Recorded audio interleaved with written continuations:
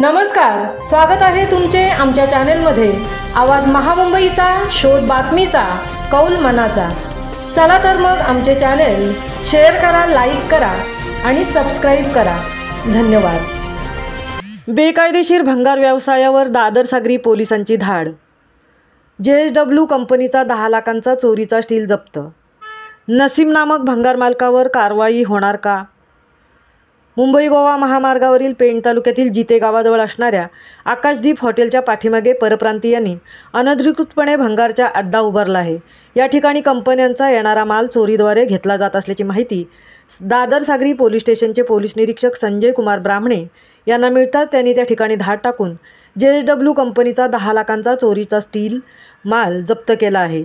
कामगार आरोपीस अटक केली असून नसीम नामक मुख्य आरोपी मात्र फरार आहे। रायगड जिल्ह्याच्या अनेक भागांमध्ये गेल्या काही दिवसांपासून अनधिकृतपणे भंगारवाल्यांचे जाळे मोठ्या प्रमाणावर पसरले असून त्यातच JSW कंपनी डोलवी येथून TMT स्टील बार माल विविध कंपन्यांना सप्लाय करण्यात येतो।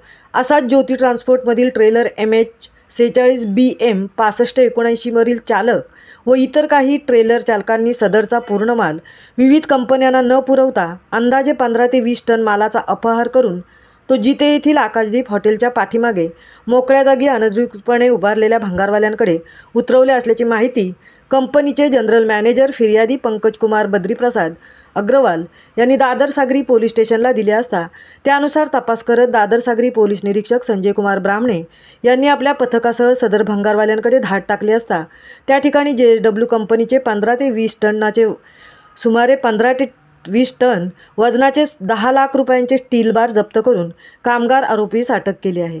मात्र या भंगार धंद्यांचा मालक नसीम नामक व्यक्तीवर कारवाई कधी होणार अशी मागणी जोर धरत आहे।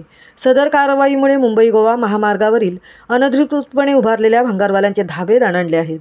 दादर सागरी पोलीस स्टेशन येथे गुन्हा रजिस्टर नंबर 106/2024 नुसार नोंद करण्यात आली असून भारतीय न्याय संहितानुसार 316(3)(3)(5) कलम दाखल करण्यात येत आले आहे।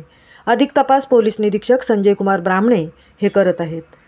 आवाज महामुंबईचा चॅनेलसाठी सुनील पाटील सह तृप्ती भोईर, पेण।